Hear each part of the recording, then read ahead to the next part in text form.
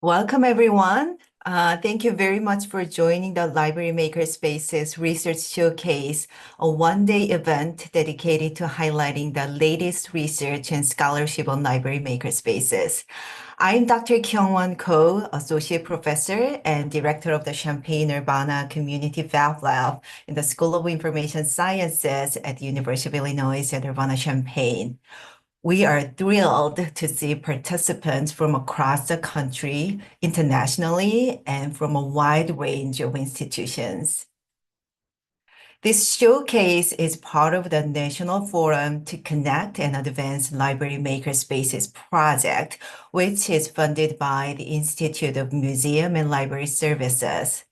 This is a collaborative effort among the Champaign-Urbana Community Fab Lab, School of Information Sciences at the University of Illinois Urbana-Champaign, and University of Illinois Chicago College of Education, the American Library Association's Core Division Maker Technology Interest Group, the Nation of Makers Libraries Working Group, and Library Makers.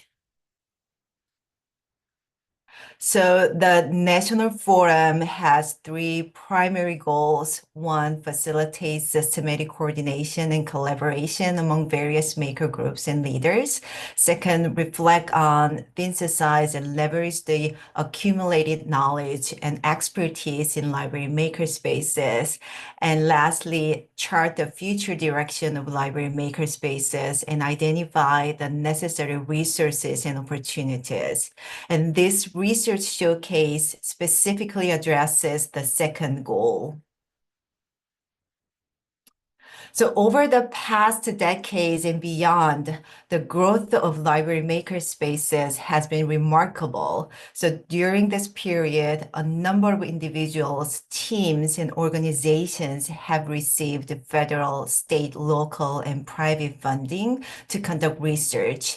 They publish in highly regarded venues and implement evidence-based best practices for library makerspaces. Each project has contributed significantly to both theoretical understanding and practical development of this field. Now is a critical time to reflect on the achievement and advancements within the maker movement in libraries. So today we come together to celebrate these achievements, connect and learn from one another, and collectively synthesize the knowledge accumulated so far.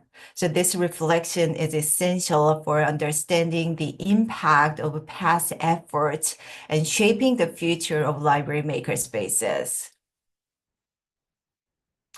Now, let me introduce our team. Again, this is Dr. Kyungwon Ko, and I'm the project director of the National Library Makerspaces Forum.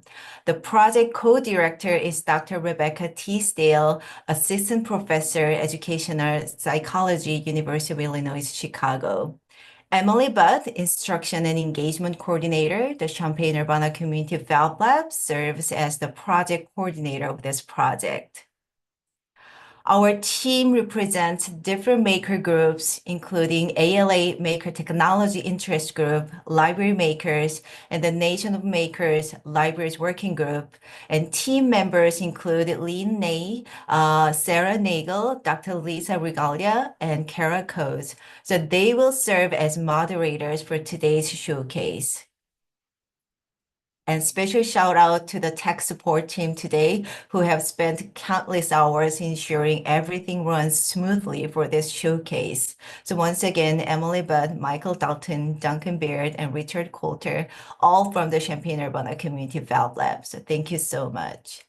So regarding technology, in addition to this live Zoom space, the showcase is also being broadcasted on YouTube. However, all Q&As and comments will be taking place in Zoom only. Sessions are being recorded and will be posted on the project website later. Let's take a look at today's agenda. So you can also find the full details on the project website, and it's going to be a great day. So please feel free to participate in all or part of today's event.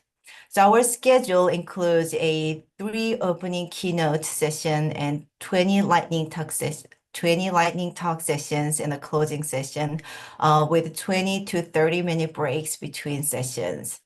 So we are hosting 2 concurrent lightning talk sessions, so you may choose which one to attend.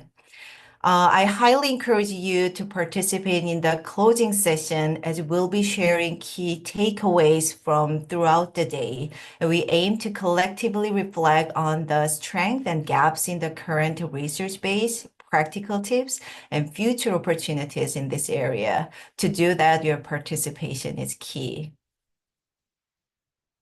Now I'll hand the mic over to Sarah Nagel, Creation and Innovation Services Librarian at Miami University Libraries and the chair of the ALA Core Maker Technology Interest Group, who will be moderating the keynote session.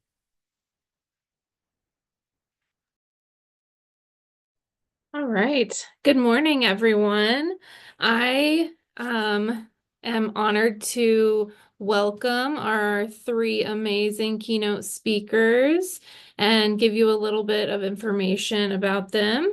I will also be kind of monitoring chat during this session. So if you have any questions throughout the session, feel free to stick them in chat. And at the end of the session, we will have time for us to go over your questions, and I'll make sure that they are addressed afterwards. So let's go ahead and introduce our amazing keynote speakers. So our first speaker will be Kyungwon Ko, who you just met. Kyungwon is an associate professor and the director of the Champaign-Urbana Community Fab Lab in the School of Information Sciences at the University of Illinois Urbana-Champaign. Her expertise includes the maker movement in libraries, library and information services for youth, and information literacy and behavior. Dr. Ko has received multiple research grants and awards, including 5 IMLS grants, specifically focused on library makerspace research across various contexts, such as public libraries, school libraries, and museums.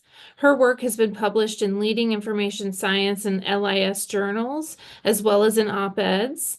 She teaches a Makerspace and Design Thinking course for current and pre-service librarians in Illinois' iSchool. Our next keynote will be Dr. Maggie Melo. Dr. Maggie Melo is an associate professor at the University of North Carolina at Chapel Hill's School of Information and Library Science and the director of the Equity in the Making Lab. Her research explores makerspace design, culture, and user experience with a focus on how first-time visitors navigate these spaces. She's a recipient of the NSF Career Award. She's also the co-author and editor of Remaking the Library Makerspace, which came out in 2020 and is one of my favorite books personally on library makerspaces. Outside of her research and teaching, she enjoys punch needling and is striving to grow a giant pumpkin. Awesome. And then our final keynote speaker will be Dr. Rebecca Teasdale. And Dr. Teasdale is an assistant professor of educational psychology at the University of Illinois, Chicago. Her research focuses on adult engagement with making and maker spaces in public libraries and evaluation of public library maker spaces. She develops methods and tools to understand community members' values and about library offerings and use those values as the basis for designing, implementing, and evaluating programs and services. She also provides evaluation training and coaching for public library staff. Dr. Teasdale's research and training activities have been supported by IMLS through the National Leadership Grants for Libraries and the Laura Bush 21st Century Librarian Programs. Her work is grounded in more than 15 years of experience as a public librarian and public library administrator. All right, so we're going to go ahead and get moving with our keynotes. So I'll be turning off my video and audio, and Kyungwon will be sharing her slides, and let's move right along. Thank you, Sarah, for the kind introduction. Again, this is Dr. Kyungwon Ko. Today, I'd like to talk about the impact and value of public library makerspaces. Making has long been a part of librarianship, as illustrated in this brief overview. So from the Rwanda Ladies Social Society in 1873, where members gathered to quilt, knit, socialize, and discuss books, to the Ohio Tool Library in 1976, and the Children's Craft Room in 1979, libraries have historically supported hands-on creativity. Although this is by no means an exhaustive history, these examples highlight that libraries have always been spaces for making and learning. Fast forward to the 21st century, and in 2011, the Fairfield Free Library in New York launched the first public library makerspaces in the United States. Since then, over the past 15 years, library makerspaces have expanded rapidly. Initially seen as an emerging trend, makerspaces have now become a staple in libraries. Today, makerspaces are often integrated into regular library services rather than treated as optional add-ons. While there is no single national database of library makerspaces or a comprehensive census, surveys highlight this shift. A 2017 survey reports that nearly 90%, over 9,000 public libraries in the United States, offered maker programming. Another survey conducted in 2023 reported that 40% of public libraries had maker products and equipment. Library maker spaces have become commonplace, but there doesn't seem to be a single definition of what constitutes a library makerspace. Although the term suggests a physical space, makerspaces take many forms. They can be dedicated spaces, multi-use areas, mobile trailers, carts, or maker kits, maker events, including community outreach programs, or even online maker resources. There are also differing perspectives on what qualifies as a library makerspace. For example, does digital media production count as making, or must it involve hands-on work with physical materials? Another consideration is the distinction between low-tech and high-tech approaches. A children's craft program fosters creativity, but may not incorporate advanced technology. A machine shop offers cutting-edge tools, but may not embrace a maker mindset if it lacks open, community-driven explorations. I believe the core of a library maker space lies in the mindsets and values it fosters, rather than just the physical space, technology, or final products. Therefore, I propose the following definitions. A library movement that fosters community by bringing diverse people together through hands-on creative activities and the promotion of maker mindsets, incorporating a range of technologies and tools. Some people ask why today's libraries offer maker spaces or programs, or how the maker movement, excuse me, sorry, my computer asked me to install an update, so let me.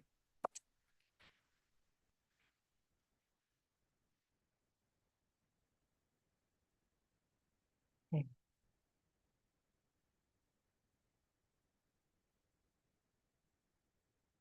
Bear with me with the technology here.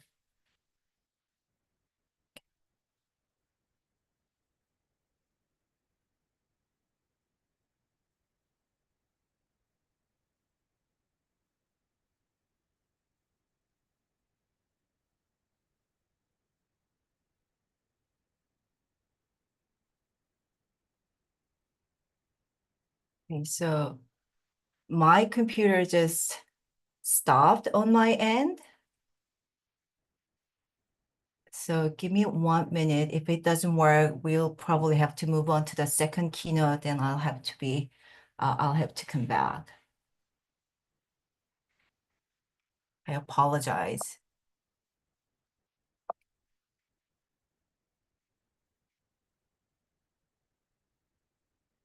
Okay. So tech team, why don't we move on to the second presenter first, and I'll figure out this computer issues and come back if you hear me.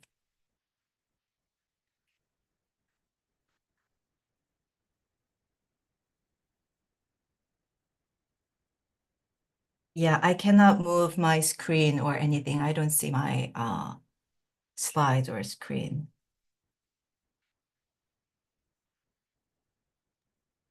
Okay, we will move on then. If Maggie, are you ready to present then? I am.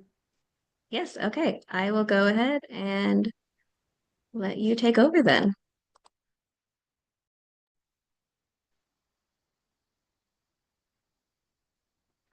Great. And I'd just like to echo what's being said in the chat. I love seeing problems being transparent and handled with grace. Kyungwon, you are doing great. I'm sure that'll be resolved quickly. So let me go ahead. I'm very sorry. I'm bad. Do you want me to go ahead and continue? I'm so Yes. sorry. No, this is great. Let me go ahead and dip out.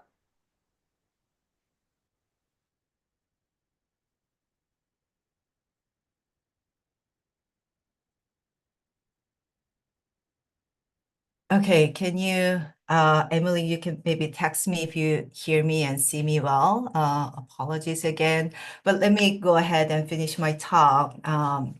So we've been talking about some of the background and history of the library makerspaces, and some people ask why today's libraries offer makerspaces or programs, or how the maker movement is relevant to librarianship.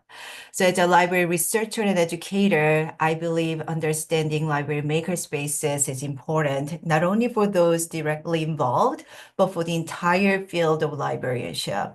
So this is because makerspaces reflect the evolving role of libraries, showing how they adapt to meet the needs of a rapidly changing society.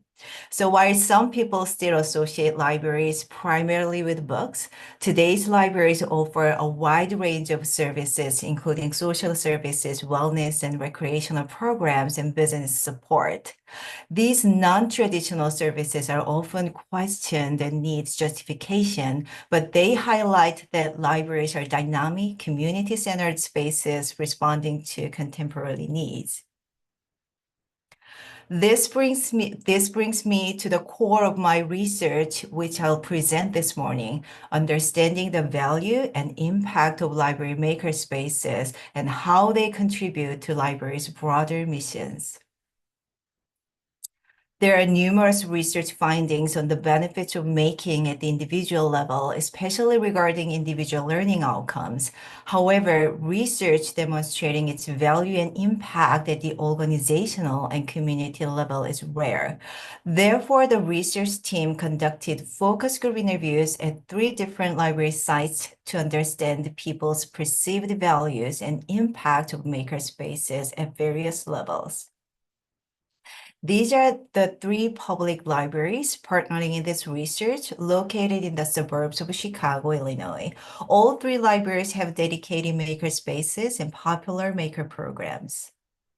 Let me highlight some of the key findings, focusing especially on their values to the organization and the community.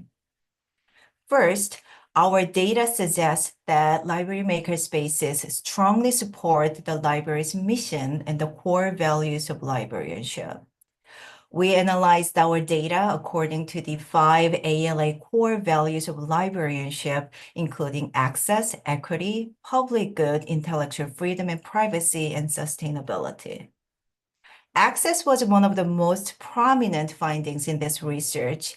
At the heart of the public library's mission is access to information. Traditionally, this meant books, newspapers, and magazines, that is, text or printed-based resources. Today, information is shared, stored, and experienced in various formats, including digital, 3-dimensional, and hands-on forms. Library makerspaces provide people with access to a range of resources in different forms, technology, programs, and experts and peers. Historically, libraries have responded to changing needs, providing books when they were scarce and computers before they were household staples. Now, Makerspace broaden access to tools that individuals might not otherwise be able to afford. You may know that the early maker movement, which emerged from independent organizations, has been criticized for its predominantly white, male-dominated culture. The majority of makers were men and boys, and the range of making activities was somewhat narrow, focusing primarily on electronics or robotics. As makerspaces expanded into nonprofit and community organizations such as libraries, the maker landscape has broadened. In inclusive library makerspaces, we emphasize maker projects that reflect the diversity of community needs and resources, going beyond the mainstream STEM topics, and embrace low-tech and art-based making. Library makerspaces have engaged people who may not have previously identified as makers, including children, women, and families from diverse cultural backgrounds. In our interviews, when we asked non-users why they don't use library makerspaces, quite a few adult users said they assumed makerspaces were for kids. I found this strikingly different from the initial criticism of the maker movement. American Library Association defines that public good is working to improve society and protect the rights to education, literacy, and intellectual freedom. Libraries are an essential public good and are fundamental institutions in democratic societies. Library workers provide the highest service levels to create informed, connected, educated, and empowered communities. Among the many roles that library makerspaces serve as a public good, learning stands out.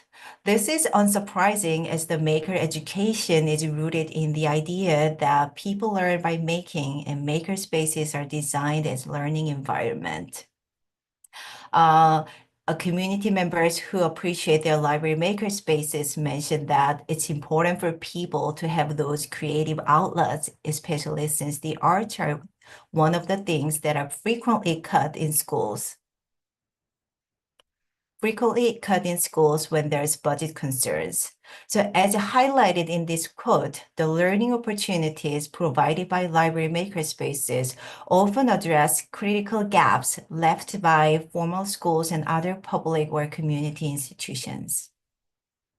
The study found that there was a noticeable shift in people's perceptions of libraries because of the presence of the makerspace. For many community members who associate libraries with just books, the makerspace was a surprising addition to the traditional offerings of reading and information services. A participant said, "It's opened up a whole new avenue of things to do. When I was younger, you came here for a book and research for school, and that was it. I feel like it becomes so much more a gathering space, a place to learn new things beyond just reading and book clubs."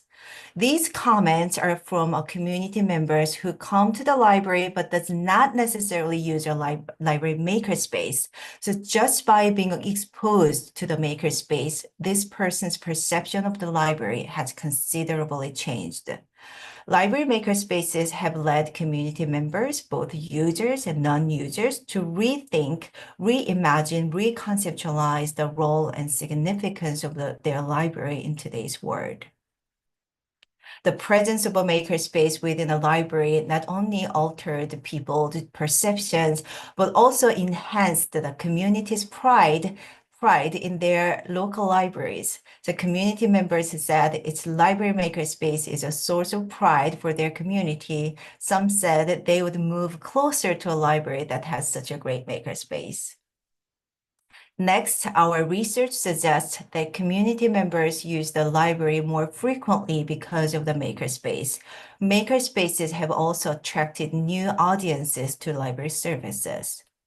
One teen said they visit the library more often because of the makerspace. Without it, the library would lose many teen visitors who come for the creative activities. Moreover, a user mentioned that coming to take a maker class at the library often leads to browsing and borrowing books. finally, my favorite finding comes last: preserving and sharing a community's intangible and cultural heritage through library makerspaces. We found that library makerspaces provide a tool and support for converting and preserving old media and offer training and workshops for passing on skill expertise in the community. A community member mentioned that the skills that are being lost within the community, saying, if you go to any of the shoe repair places in this area, it's these guys that are 102 years old. Well, who's learning how to fix the shoes when these guys are not here anymore? I think all of that kind of knowledge can be shared through the libraries, especially with the young people, and trying to give young people exposure to these skills and careers. A community member said their libraries offered various classes, bringing in people from the community and beyond. One class featured a woodworking expert who taught how to make stools and explained the tools used. There was also a class on Indian jewelry by a skilled woman, and they learned needle felting. It wasn't just library staff, professionals and experts were invited to teach the classes, offering amazing learning opportunities that were hard to find elsewhere. So a program like Makers in Residence is a great initiative where libraries can engage local makers to create projects rooted in their community's cultural assets, host workshops, and more. All these excellent achievements are not without challenges. During the interviews, especially staff interviews, participants discussed the challenges they have been facing, including staff time and funding constraints, hiring qualified maker professionals and providing current staff training, increasing the visibility and promotion of the makerspace, the need to be flexible and adaptable, and meeting the needs of various populations in their community. I'd like to conclude this talk by presenting a couple of implications and suggestions. First, among the 5 ALA core values, sustainability was the only one not reflected in our data. Intellectual freedom was present, but not predominantly or directly. These findings may indicate gaps in current research and practice in library makerspaces, and I particularly urge more active discussion and research on sustainability in library makerspaces. One of the common challenges that makerspaces face was staff hiring and training. So both robust training on makerspace in formal education and informal networks such as community of practice are needed to address the needs of makerspace staff development. More research is needed to examine the role and impact of makerspaces in this society. In today's world, where stress and anxiety are widespread, makerspaces can serve as valuable third spaces that promote mental health and well-being. Numerous studies indicate that hands-on creative activities reduce stress, improve mood, and foster a sense of accomplishment. In this highly polarized time, we struggle to cultivate constructive conversations and mutual understanding across ideological lines. I think creating spaces where individuals with diverse backgrounds and perspectives converge around the shared passion of making may be the essential step in navigating and mending our polarized world.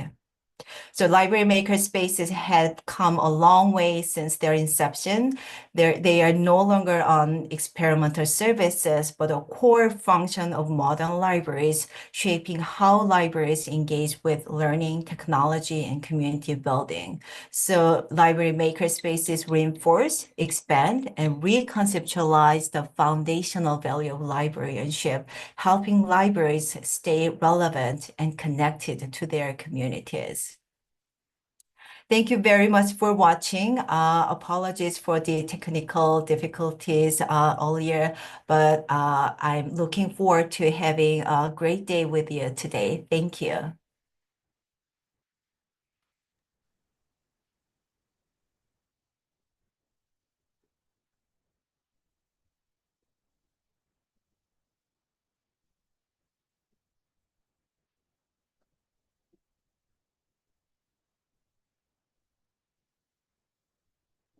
All right. Well, Kyungwon, thank you so much for that. I'm excited because there's a bunch of overlap that I'm going to talk about from your research onto this one. So good morning, everyone. My name is Dr. Maggie Melo, and I'm an associate professor at the School of Information and Library Science, and I'm also the director for the Equity in the Making Lab. So I've been researching makerspaces for close to a decade now. And within that time frame, I've spent some considerable time facilitating a multi-year project that focuses on newcomers, specifically on first-time users and how they experience a makerspace for the first time. So today I'm going to talk about the research program, some of the findings and implications. And at the very end, I want to extend the conversation around the newcomer to also talk about new Makerspace staff members as well. All right.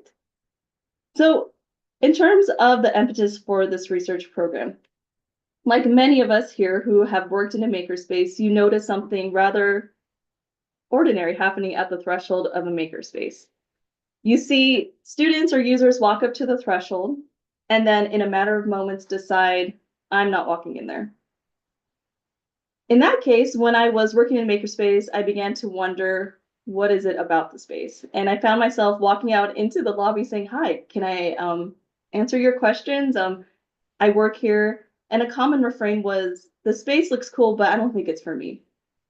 Now, switching over to thinking about it as a researcher, I began to see the Makerspace threshold as this rich site of inquiry, right? A user walks up and in a matter of moments decides, I'm not going in there. So there's a lot of information collection happening, but not only that, as the research is showing, there's a lot of feeling also, kind of a risk assessment as to whether or not they want to walk in or not. And so this led to this research question that guides the program I'm going to talk about. Why do first-time users turn away at the threshold of a makerspace?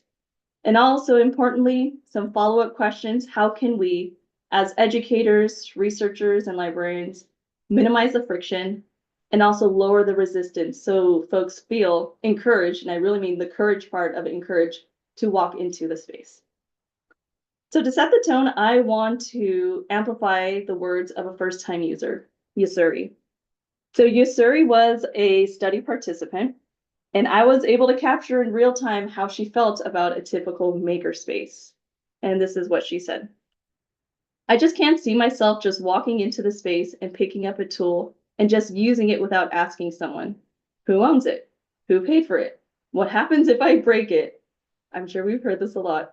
I don't want to be on the hook for that. Yeah, I just don't feel the entitlement of I could just walk in and it's mine to use. I would be afraid of walking in and then getting to the check-in station and it says, you didn't make an appointment, so you can't be here. There is nothing more awkward than walking into a space, everyone sees you, and then immediately having to back out. So hearing Yusuri say this, at first I was very surprised. I'm like, you got all that by just standing at the threshold? There's a lot going on here, from uncertainty, imposter syndrome. But what I soon began to realize after talking to first-time users was that this was a common sentiment and also common thoughts going through the minds around all of these questions about the space. And so fast forward to where we are now. The findings from the study can be distilled into this key argument. And that is the spatial design of a typical makerspace, and I'll define that in a moment, communicates a narrative to first-time users. So they step at the threshold, they're presented with a story. Unfortunately, the story that they're receiving is one of disconnection and unwelcome. And so I want to unpack how we arrived to this key argument by briefly touching on some of the phases of the research program, beginning with, of course, phase one. What defines a makerspace? What is a makerspace? So from the outset of the program, we wanted a baseline definition because there are 215 participants right now, and I bet everyone has a different definition of what a makerspace is. However, I also believe that if we enter a room, see a constellation of artifacts, equipment, supplies, we're able to point to it and say, this is a makerspace, because it achieves its legibility that way. So in 2021, I had the opportunity to interview and chat with Makerspace leadership across the UNC system. And some of y'all are on the Zoom now, so hello and shout out to you. This is your work. Thank you for being here. And so I asked them, what is a makerspace? Simple question that wasn't easy to answer. And their information, the data, then gave me a 360 depiction of what a typical one looks like. From what you see, what you hear, what you smell, what it tastes like. Because what that 360 conceptualization did for us is that it allowed us to create a typical makerspace for us to observe first-time users' experience for the first time. So that's where I will begin. We got the baseline definition from Makerspace leadership. They said, yes, this looks like a makerspace. We worked with a local development organization to create this typical makerspace, but not a physical one in virtual reality. I don't have time to talk about the VR component, but I'd be happy to talk offline about its affordances and limitations when it comes to data collection in this regard. And so what we did was we recruited participants to walk through this VR environment. And in order to be a part of the study, they had to be a student. And they also, of course, as I mentioned, they need to be a first-time user. They haven't been to one before. So what did they do? Either through their desktop or through a VR headset like an HTC Vive, they walked up into the space, paused at the threshold, and engaged in Think Aloud reporting. So Think Aloud reporting is pretty much articulating stream of consciousness. What are they thinking? What are they feeling? And it's pretty much like what Yusuri was talking about earlier, all of that, and we're capturing it. After that, we did a debrief to kind of just zoom in on some of the key parts where we found that they were rather quiet, maybe talkative, and also, which wasn't necessarily in scope for the project, but seeing folks in VR in the space was very interesting. And I wish I would have captured this more so, but the body language around feeling like they weren't intended to be in the space, which I'll talk about in a moment, really showed up with how they moved around in the space as well. So this is what the space looked like.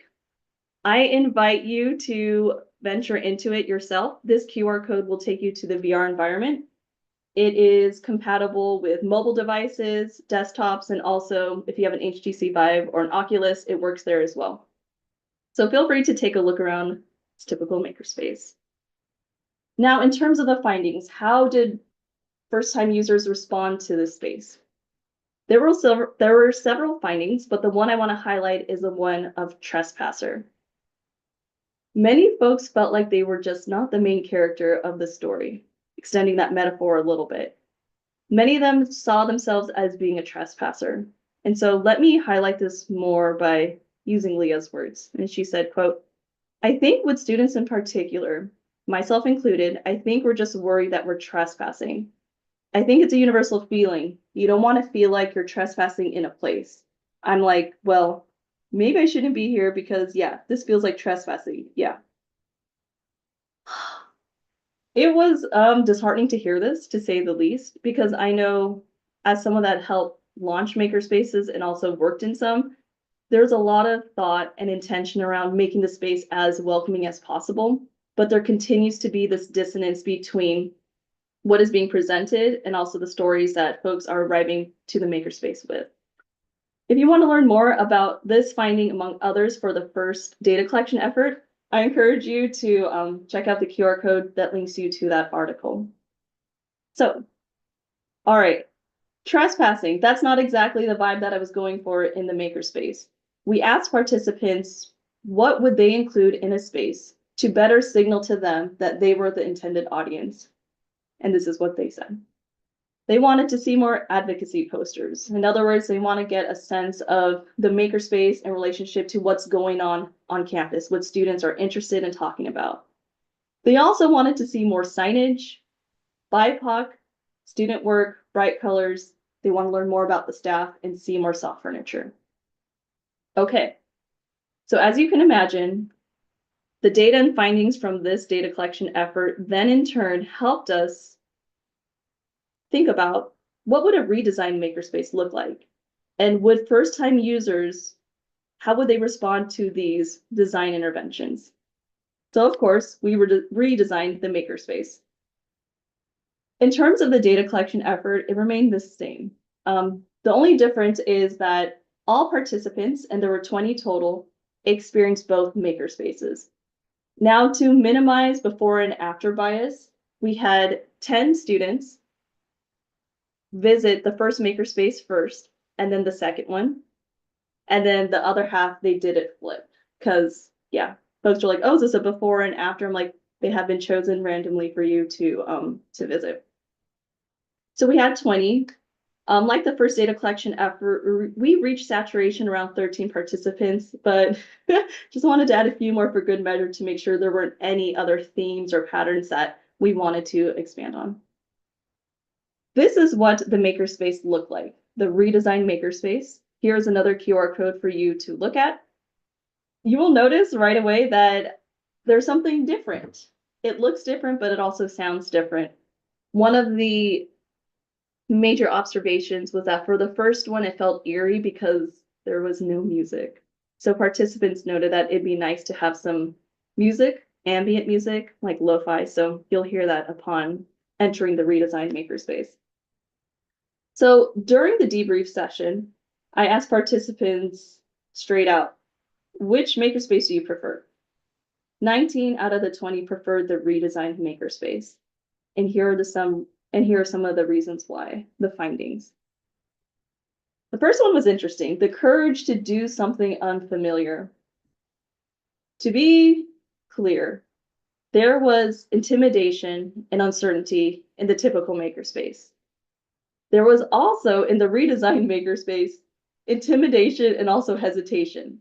But the difference with the redesign was that folks were able to see themselves in the space because of something that they were calling the small details. So what do I mean about the small details? Unfortunately, I have to skip over the perception of time.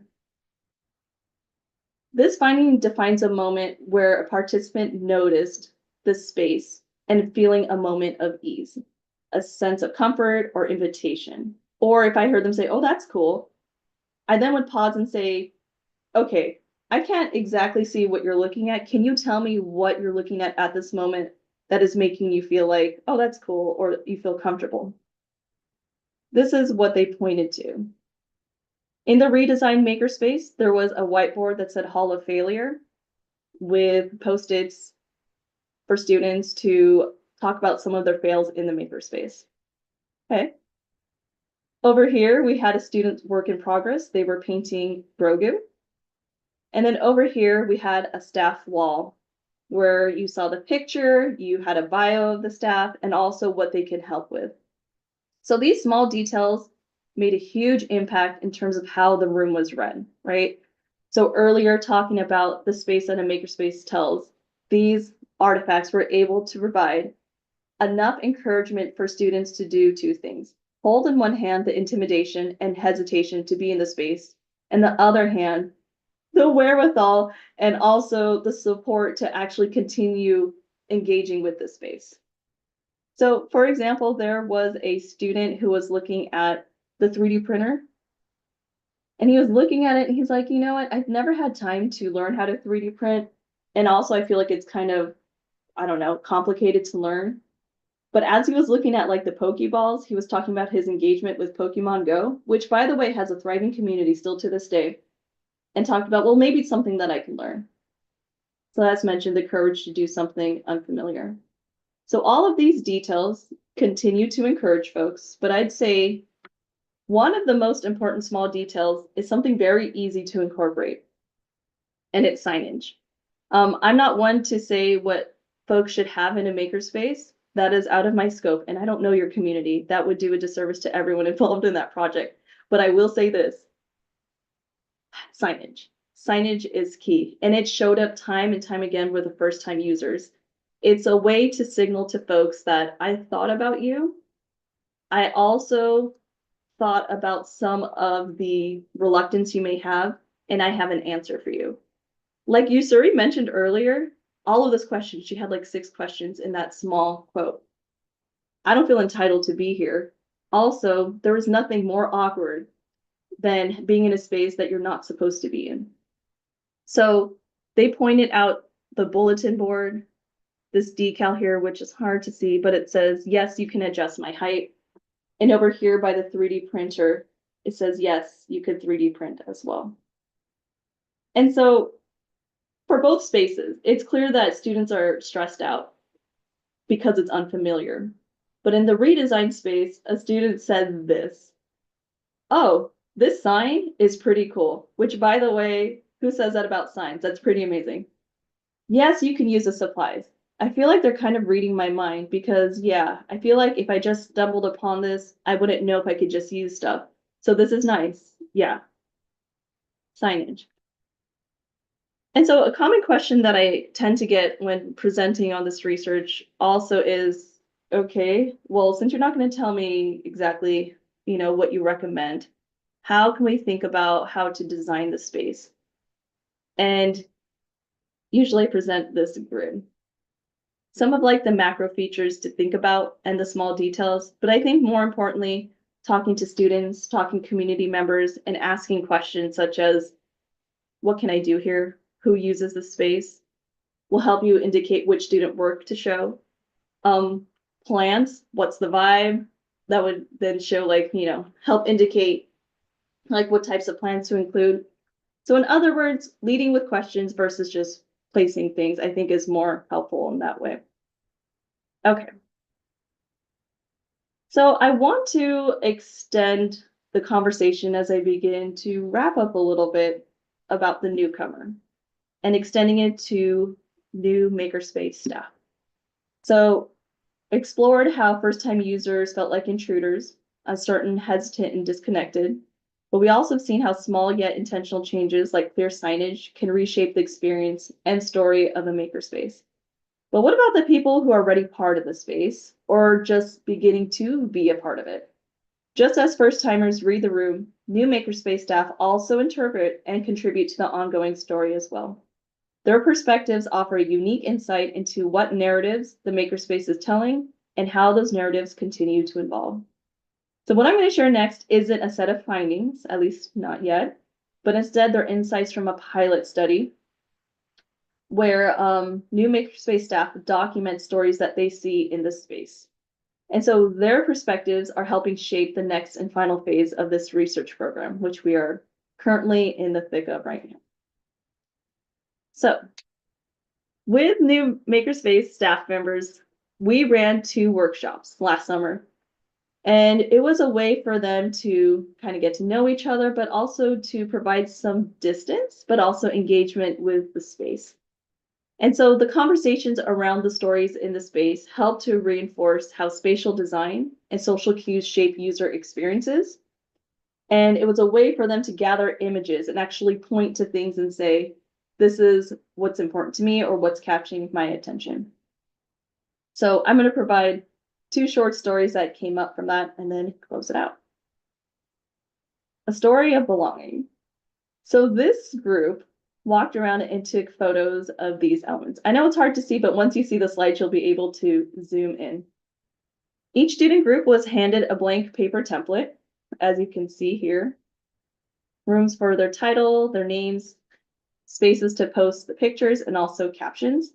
They were also handed a Polaroid camera and tasked to take 5 photos that collectively tell a story, caption each photo, and then provide a 1 to 2 sentence synopsis. So let me read the synopsis right here.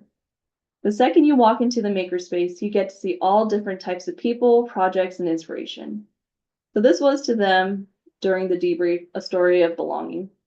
It reflects moments of ease, comfort, and accessibility. It's snapshots of the Makerspace that naturally invites participation. So they highlight here a clear entryway, signage showed up again, and also tools that signal to them that they can be used. There's also this human element involved in this as well, that newcomers or new Makerspace staff captured, where they're talking about what things work and also what things they might want to change. So going along with the ideas of the evolving narrative. The other stories being captured, a story of disconnection. Let me start off with this synopsis. In a world of unknowns, it can be hard to feel like you belong. What do you do when everyone knows more than you? Wow. Powerful, and also echoes what Yusuri had mentioned earlier. So in these photos, there's moments of physical, social, or emotional barriers that prevents engagement. The interesting thing is, in both of these stories, there are pictures of the same thing, but the story being told is different. Even something as so many wires, like this one right here, has signaled to folks that this space isn't meant for you. So this story, just like the other one, is just as important because they highlight where and why users engage. And so to close, why does this matter? Because they reveal unintentional design discouragement. Often when we design spaces, and not we, mostly me, I think about how it will function, but more so my research is retraining me to think, how does it make people feel? A well-equipped makerspace is only useful if people feel comfortable using it. And so the takeaway is this: belonging isn't accidental, it is design. And we could always reshape and revise the makerspace story. And so if you're interested in learning more about these findings and also how you could use it in your own work with your own makerspaces, I invite you to check out this QR code, which will take you to our open educational resource. Thank you.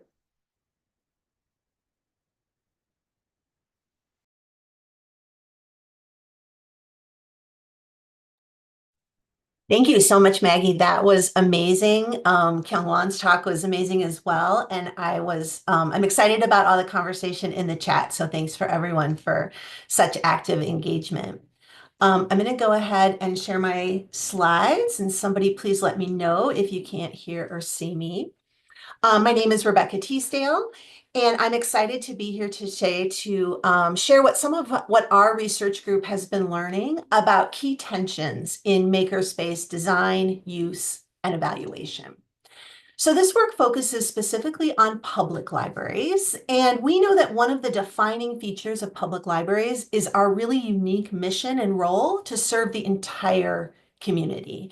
And that shows up in public library makerspaces as well. So to quote Kahn and colleagues, anyone could be making anything for any amount of time in a library makerspace.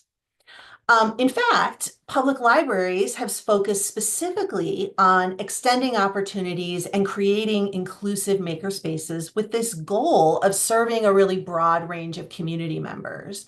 And so just like other types of library makerspaces, this focus on equity and access is baked into the fabric. At the same time, public library makerspaces are exceptionally self-directed, right? So these spaces are not part of formal schooling, they're not part of workplaces. And so as we know, those especially folks that work in public libraries know, makers use these spaces and leverage them in support of varying goals and values and desired ends. And so I feel like this is the superpower of public library makerspaces, this combo of incredible heterogeneity of the population served, self-directed participation, and an explicit aim and connection around equity and inclusion. But I would also argue that it gives rise to some of the greatest challenges in terms of the day-to-day reality of makerspace design and use and evaluation. So Shannon Crawford-Barniskis has this excellent paper that really documents one of these tensions in terms of the challenges in balancing serving makers who are pursuing deep, dedicated hobbies and those who are using the makerspace for more casual leisure activities. So these groups need different things, and libraries need to make informed decisions about how their spaces are set up to support them or not. This is something that I really saw firsthand. I spent about 15 years as a public librarian and library leader. You can see some of the spaces where I used to work. Now I'm an assistant professor in a college of education, and I conduct research to really get into this idea of how varying priorities and goals that public library users bring to the makerspaces and the challenges and tensions that presents for staff and leaders. And what I'm going for here is to create some frameworks and tools that can help us understand these tensions and navigate them in libraries. And so today, I'm going to share some insights from research over the past 9 years now that I've been conducting, specifically focused on adults who use public library makerspaces. So our team has conducted research with 8 different public libraries in 4 states. These are libraries of different sizes, different types of communities. And we've been interviewing and conducting focus groups and doing observations, gathering data from 85 adult makers and 48 staff and leaders over the years. And I want to give a shout out to IMLS, who's funded this work, as well as the 2 universities that I've been affiliated with. So across these studies, we consistently find that adults deeply appreciate the makerspace in their public libraries. Yet the things that they appreciate about these spaces and services vary depending on their varying values. So we've heard a little bit about values in Kyungwon's talk earlier. I want to define how I'm using that term because it's a little slippery and it gets used in different ways. So here what we're talking about are personal values, values about what is desirable, what matters to people. And values reflect the different contexts, the different priorities, and the different interests that motivate community members to participate in a makerspace. I am going to be talking about 3 key tensions that have emerged in our research. Tensions between product and process related goals, tensions between learning as an aim and learning as a byproduct, and tensions between library values and community values. And so these reflect these differing values about what matters most in the context of adults' lives. And these tensions really present important challenges for library staff and leaders as they're making decisions about how to organize and run and evaluate their spaces. So first up is product and process. And so what I'm talking about here is a tension between adults who are using the makerspace to create specific products and those who are focused more on the process or the experience of making. And this is actually a continuum rather than being mutually exclusive, but I'm going to talk about the 2 extremes on the continuum in order to really illustrate and unpack this tension for all of us. So on one end of the continuum, library staff often describe a subgroup of adult makers who are laser focused on a specific thing that they need to make. So in our research, Daniel said, let's call them adults on a mission. They've got their task at hand. These are folks who are using the makerspace for a very specific purpose. They come in, they work on their project, they go home. Some of these are projects related to adults' work and careers. So for example, we see teachers who are making things to use in their classrooms, or people who are mass producing items that they sell. Harvey is a staff member who described one example of a parent and a child who came into the makerspace together. And the parent is like, I'm going to repair my apron for work because I'm a server and my apron is broken and I can't afford a new one. So here we have an example of an adult on a mission to fix their apron and get to work. Makers also talk about coming to the makerspace to produce specific things that would be expensive or cost prohibitive to purchase. So things like making invitations or etching glassware for a wedding, or creating thank you gifts for a nonprofit that doesn't have the money to buy gifts for volunteers or for donors. The photo on the slide is a t-shirt that a maker named Rhonda made for her family reunion. So she made 10 of them at the library rather than paying to have them printed. And so we can kind of imagine like the assembly line that she had going on to cut out all the vinyl and transfer it onto these 10 t-shirts, right? Makers also describe projects to support other people or to support community groups or causes that they care about. And Carrie shared a really amazing example. Carrie worked in the criminal court system, and she used the makerspace to create memory pins with photos of people who had been murdered. And she explained, I got that idea because my child's father, he was murdered 5 years ago. So when you go to trial, you're not able to actually wear a shirt with pictures of your loved one on them. It's against the law here. So for whoever is the matriarch of the family, I give them a pin. Each of these are examples of adults who are focused on using the makerspace to create a specific product, right? In contrast, some adults are more focused on the process or the experience of making. So Sydney visited a makerspace where we were studying. They visited often in order to work on crochet projects, but they shared, I realize I'm probably not coming to crochet. It's more about being inspired and wanting to create and wanting to see what other people are working on. So Sydney wasn't on a mission to get their crochet project done, but rather they were coming in to gain inspiration and to spark their own creativity. Adults also talked about visiting the makerspace in order to spend quality time with loved ones, to share a hobby, or just have fun together. So the product they were making was not the primary focus. It wasn't the main motivation. Instead, the makerspace provided this opportunity to nurture relationships that were important in their lives. And some makers visited in order to meet new people. So for example, DJ shared, I'm not from the state. I didn't go to school here. So it's difficult as an adult to make friends or peers in your hobbies. I was like, all right, I can do makerspace classes. Maybe I can find some people who are also like-minded nerds. Finally, some adults shared that they visited the makerspace as an opportunity to enhance their well-being, to relax, to de-stress. Mahika shared that at the makerspace, you're not called for laundry, you're not called for cooking, you're not called for any other thing other than what you're making. You silenced your phone and you sit in the makerspace and nobody's going to disturb you. You have these 2 hours to yourself.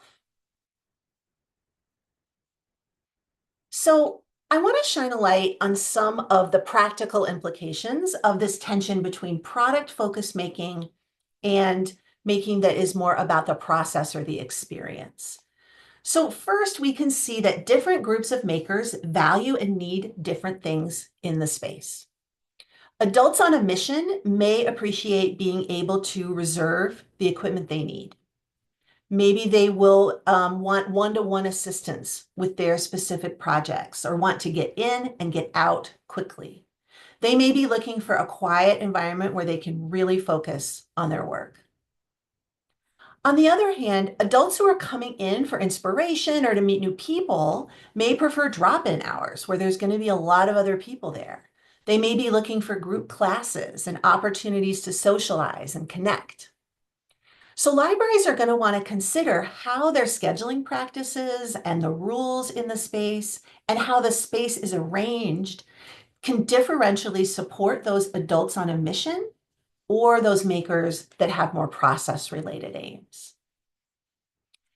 In addition, makers have told us in our research how great some library staff are at, quote, meeting people where they are, right?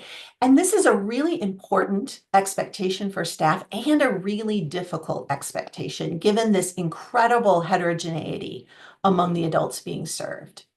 So it's important for libraries to offer training and support and resources to help staff identify what it is that makers are seeking and then adjust their interactions accordingly. The next tension is between adults who have learning goals for their makerspace use and those for whom learning is more of a byproduct rather than a focal point of their making. And this is really important because library makerspaces are often conceptualized and described as learning environments, right? Many adults do seek out learning opportunities in the public library makerspace and of course, in the library more broadly. So these folks enjoy learning how to make things. They enjoy learning how to use new technologies. It's an aim in and of itself. And so the second quote on the slide from Lavender explains, I enjoy learning a lot. I'm a senior citizen, and I think when you stop learning, you stop living. We also see a subset of adults, and this will be familiar to those of you who work in public libraries, who are specifically focused on learning about equipment as a way to try before you buy. right? So they are coming into the makerspace to develop their understanding of how a 3D printer works or how a Cricut machine works. They want to learn how to operate them, and then which specific machine they want to buy for themselves. In addition, some adults are visiting the makerspace in order to facilitate learning for other people. So often we see this related to caregiving for children. They are there to support their child's learning and development, or sometimes they're using the makerspace as part of homeschooling, for example. So when we met Bob in our research, he gave us this great example of working in the makerspace with his child to help his children learn how to manipulate digital objects. He was not using the makerspace as a learning environment for himself. He was using it to facilitate learning for his children.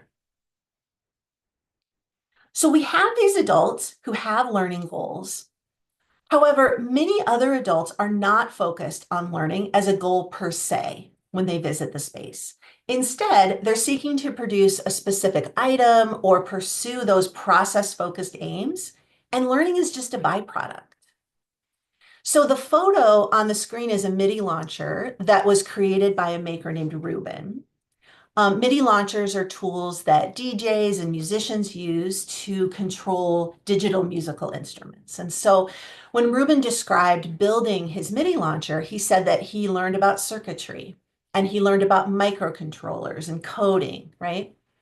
But it was clear that he wasn't learning those things to satisfy his curiosity or as a goal in and of itself. He was a musician and he wanted to create and customize his own MIDI launcher. And along the way, he learned about electronics. Now, this is actually consistent with what we know about learning in adulthood more broadly. So in childhood and adolescence, learning is a primary activity. It's a primary focus.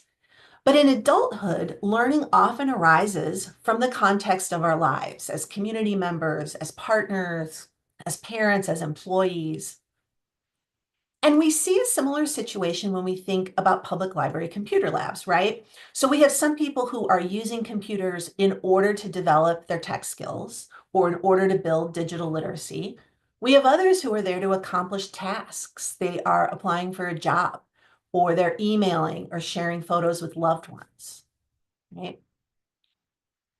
So what are the practical implications here of this tension between learning as an aim and learning as a byproduct? Well, first, we really want to consider how public library makerspaces are framed. When we talk about them as learning spaces, that is going to really resonate with some groups of adults. However, others are not going to see a learning space as relevant to their goals or priorities. And this can make it hard to reach adults who may benefit from the makerspace, but would resonate more with framing it as a production space or a social space based on their values. Second, among those adults who do have learning goals for their makerspace use, there is still a lot of heterogeneity. And so we want to think carefully about the different ways that we can support learning in the makerspace. Einerson and Hertzum have published really great research that documents different approaches that makerspace staff use to support learning. They do this through a framework around scaffolding learning, and they describe a wide variety of scaffoldings, things like peer-to-peer guidance, community-driven projects, competitions, as well as some of the more common tool-based classes or project-based classes. So we want to be sure that libraries are being intentional about the approaches that they're choosing, and that those approaches to supporting learning are well aligned with adults' learning goals. The final tension I want to explore today is between library values for the makerspace and community values. So when libraries are planning and evaluating their makerspace, they're often focusing on the library's goals for the space. But given this heterogeneity of makers and their values, it's unlikely that library goals are going to address all of that variability that we've been talking about within the makerspace. And so focusing only on library goals could overlook some benefits that adults seek and could realize in the space, and libraries could miss some key values and priorities. So just like in my presentation today and in Kyungwon's talk and Maggie's talk, we've been centering the voices of community members, right? And it's important to also center the voices and values of community members in our planning and in operating and evaluating our spaces. This is a key way to foster more inclusive and equitable spaces that really match the needs and interests that public libraries are aiming to address. So a couple final implications for practice. It is important to be intentional about gathering information about communities' values and priorities and goals, and then use what you learn to shape your makerspace. The Makers in the Library Toolkit offers some excellent resources to guide you with this, and I have the citation here in the talk. When we are evaluating the makerspace, it is important to ground that work in both library values and community values, rather than just considering library goals. And given the heterogeneity of makers, I really encourage libraries to consider segmenting makers to examine how the makerspace supports them in realizing the specific benefits that they are seeking, rather than using more of a one-size-fits-all approach to evaluation. So these are some of the references cited in the presentation. In case you want to learn more, you'll have these on the slides. And then I also welcome your questions and feedback either today during the showcase, or you can reach me afterward at the email on the slide. So thank you very much, and I will turn it back over to Sarah for Q&A. Great. Well, if I can make my video work. Okay. All right. Thank you so much. Oh my gosh. Just so much information and so much amazing insight from our three keynote presenters. Thank you so much. I have been looking through chat, and we had a very active chat throughout, but it was mostly just wonderful conversation.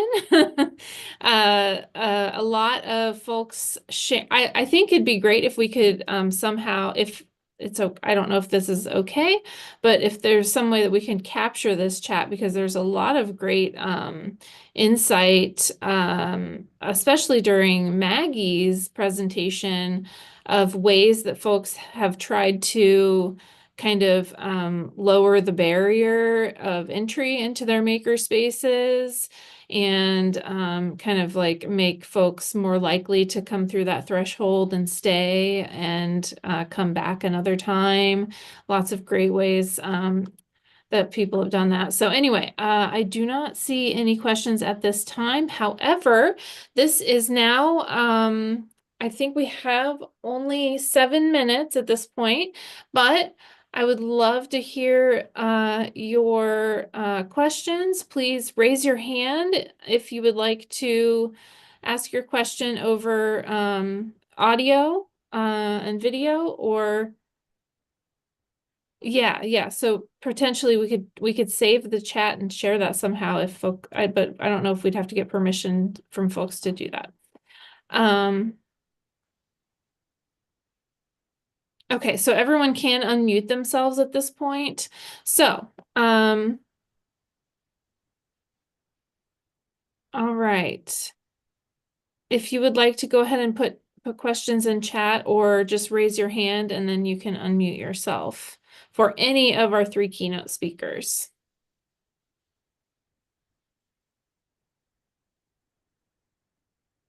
I'm going to give people a chance, otherwise I have a question. It might be a really loaded question that I have for Maggie. Oh, sorry, I do have a question, but I can't seem to figure out how to raise my hand. Oh, no worries. Yeah, go for it. Okay. So I work at a very small makerspace at a small local library that's just a city library.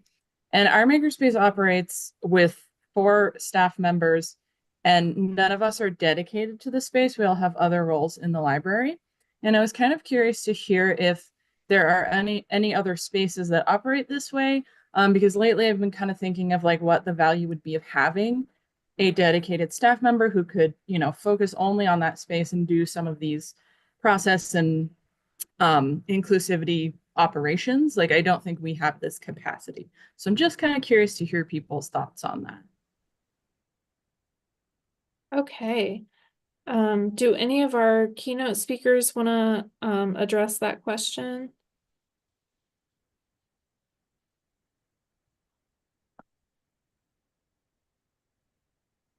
Looks like we're getting some hands up as well.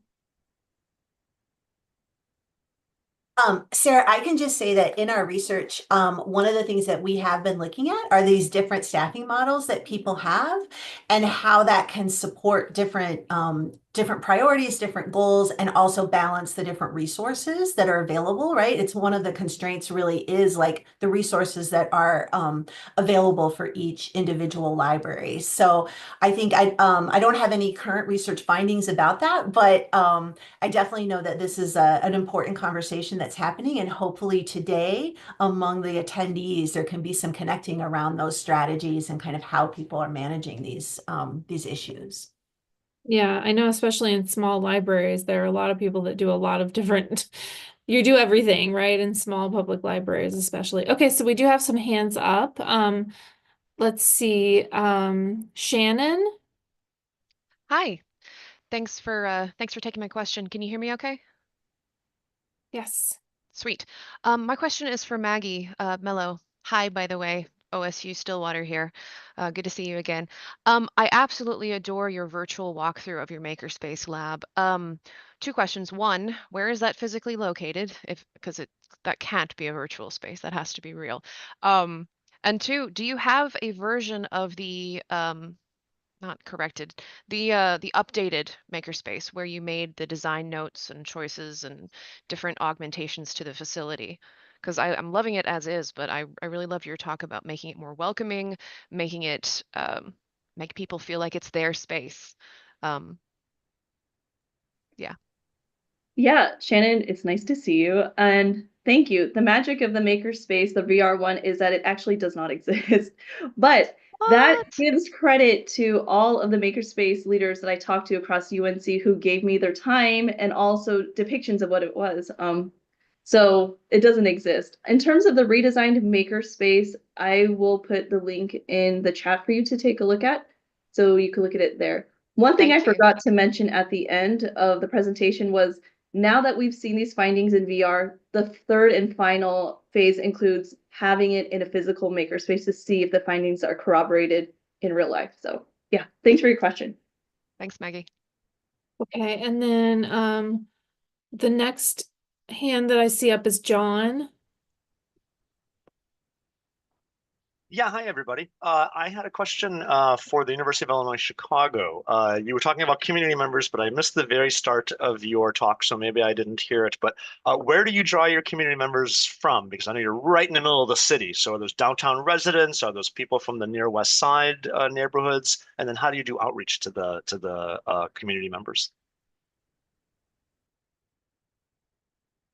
Oh, She's it's muted. still, yeah. Thank you.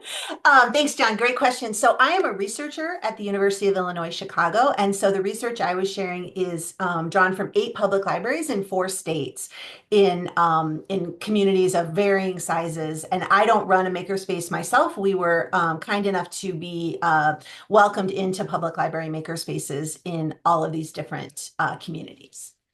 That's what I missed at the beginning. You weren't even Yeah. talking about UIC. Sorry about that. That's what I get for being thanks for tardy. absolutely glad you're here. Okay. And then Kyungwon would like to give some closing information. So unfortunately, that's all the questions we can take right now, but the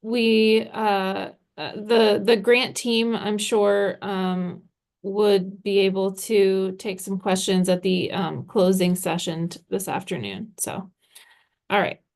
Thank you, Sarah, and thank you very much for everyone for the question and comment. Yeah, as Sarah mentioned, in the closing session, we'll have a lot more opportunities to ask questions and comment because the closing session will be interactive session.